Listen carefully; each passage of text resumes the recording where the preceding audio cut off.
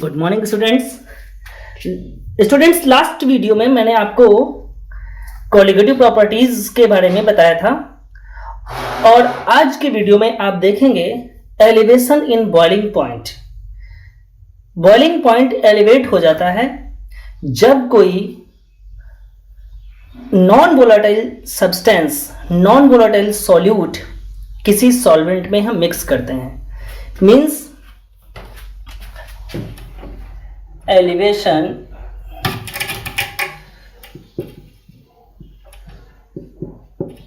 elevation in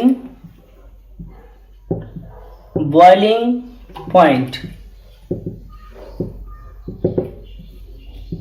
boiling point का elevate हो जाना, बॉइलिंग पॉइंट का बढ़ जाना। क्या होता है कि सबसे पहले हम ये जान लें कि ये बॉइलिंग पॉइंट क्या होता है। ठीक है, तो बॉइलिंग पॉइंट जानने के लिए बॉइलिंग पॉइंट देखें कि बॉइलिंग पॉइंट क्या होता है। It is a constant temperature, it is a constant temperature of a liquid,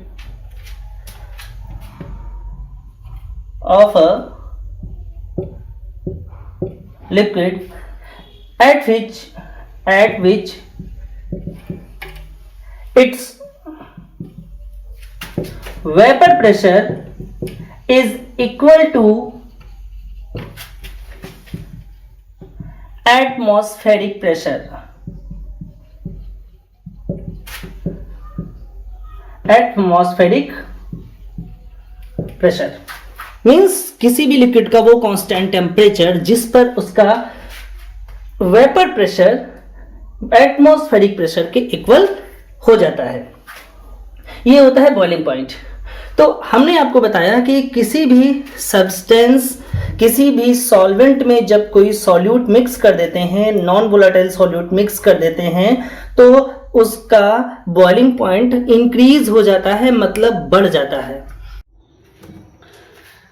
elevation in boiling point को हम डेल्टा टी बी से डिनोट करते हैं। डेल्टा टी बी क्या है? जितना बॉइलिंग पॉइंट एलिवेट होता है, जितना इंक्रीज होता है। यदि हम किसी भी प्योर सॉल्वेंट के बॉइलिंग पॉइंट को टी बी नॉट से शो करें और सॉल्यूशन जब उसमें हम कोई नॉन इलेक्ट्रोलाइट मिक्स कर देते हैं, नॉन वोलेटाइल सब्सटेंस मिक्स कर देते हैं, तो उसका बॉइलिंग पॉइंट इंक्रीज हो जाता है। तो उसको हम लिखते हैं टी बी, मीन्स सॉल्यूशन का बॉइलिंग पॉइंट। तो जो हमारा डेल्टा टी बी होता है, delta T B is equal to T B minus T naught B. ठीक, जहां पर डेल्टा टी बी क्या होता है?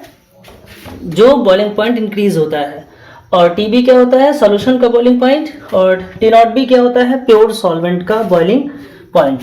इसको हम ऐसे लिखते हैं। और हमारा जो डेल्टा टी बी होता है, डेल्टा टी बी यानी कि एलिवेशन इन बॉइलिंग पॉइंट, वो मोलैलिटी के डायरेक्टली प्रोपोर्शनल टू होता है। मोलैलिटी के डायरेक्टली प्रोपोर्शनल टू होता है। तो इसको हम लिख सकते हैं delta T B is equal to K B into molality small M, जहां पे डेल्टा टी बी क्या होता है?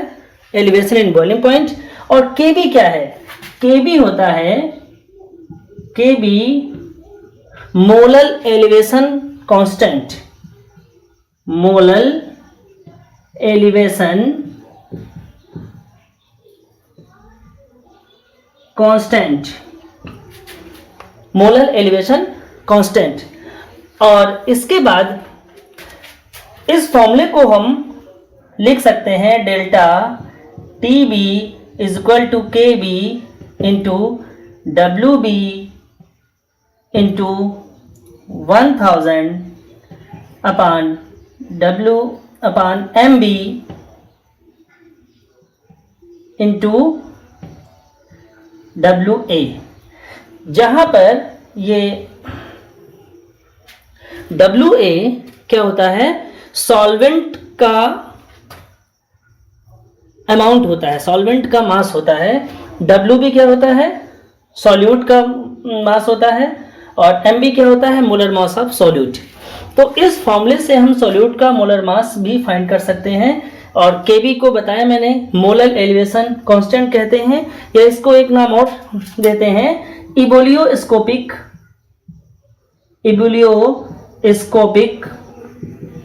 कांस्टेंट। इबोलियोस्कोपिक कांस्टेंट भी इसको हम कहते हैं। ठीक है, तो एलिवेशन इन बॉइलिंग पॉइंट को हम डेल्टा टीबी से रिप्रेजेंट करते हैं।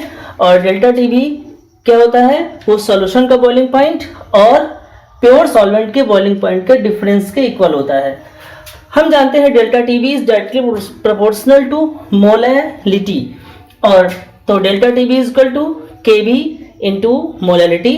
केबी क्या होता है, मोलर एलिवेशन कांस्टेंट होता है, जैसे हम इबोलियोस्कोपिक कांस्टेंट भी कहते हैं। और delta TB is equal to KB into, ये है मोलैलिटी का फॉर्मूला। इसमें हम अगर मोलैलिटी हमको मालूम हो तो हम केबी का वैल्यू या डेल्टा टीबी का वैल्यू फाइंड कर सकते हैं। ठीक है,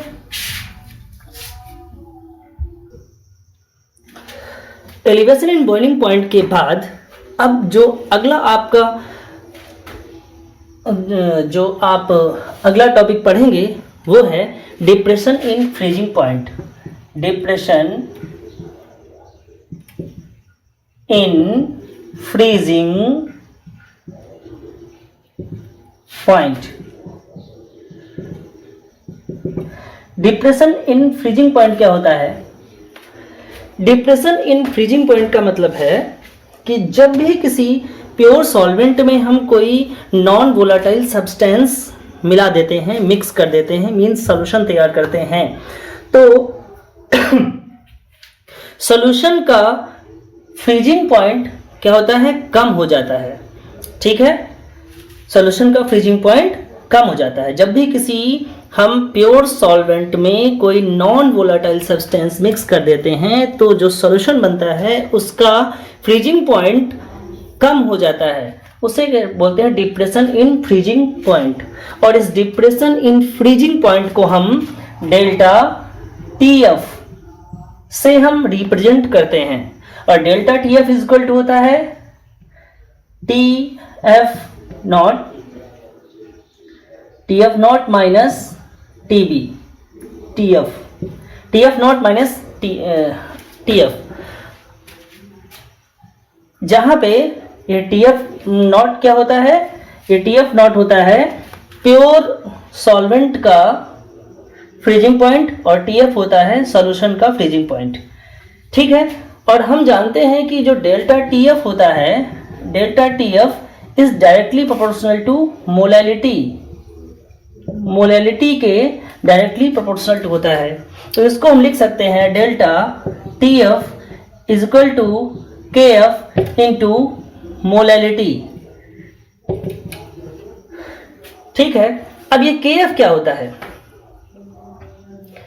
KF क्या होता है? मोलर डिप्रेशन कांस्टेंट होता है। KF को हम मोलर डिप्रेशन कांस्टेंट कहते हैं। KF क्या है? Molar depression constant. और इसका वैल्यू Kb की तरह ही डिफरेंट सॉल्वेंट के लिए डिफरेंट होता है। वाटर के लिए अलग होता है, अल्कोहल के लिए अलग होता है, और ग्लाइकॉल के लिए अलग होता है। मतलब डिफरेंट सॉल्वेंट के लिए डिफरेंट होता है KF का वैल्यू। ठीक है, अब इसके बाद हम देखते हैं कि इस फॉर्मूले को हम delta TF is equal to लिख सकते हैं KF into WB upon MB into 1000 upon WA। यहाँ पे डेल्टा TF क्या होता है? डेल्टा TF है depression in freezing point. KF क्या है?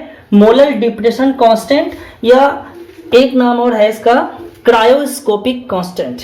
ठीक, और WB होता है सॉल्यूट का अमाउंट, मास। और MB होता है मोलर मास ऑफ सॉल्यूट, और WA होता है amount of solvent in grams. ठीक है, तो इस फॉर्मूले की हेल्प से हम क्या कर सकते हैं, इस फॉर्मूले की हेल्प से हम किसी भी सॉल्यूट का मोलर मास इजिली फाइंड कर सकते हैं। तो जो आपकी कोलिगेटिव प्रॉपर्टीज थी वो 4 प्रॉपर्टीज थी। पहला जो था वो आपको हमने बताया था ऑस्मोटिक प्रेशर, और दूसरा आपको बताया था elevation in boiling point, depression in freezing point और लोअरिंग ऑफ वेपर प्रेशर। चारों आप देख चुके हैं। अब इनसे रिलेटेड न्यूमेरिकल हम लोग सॉल्व करेंगे।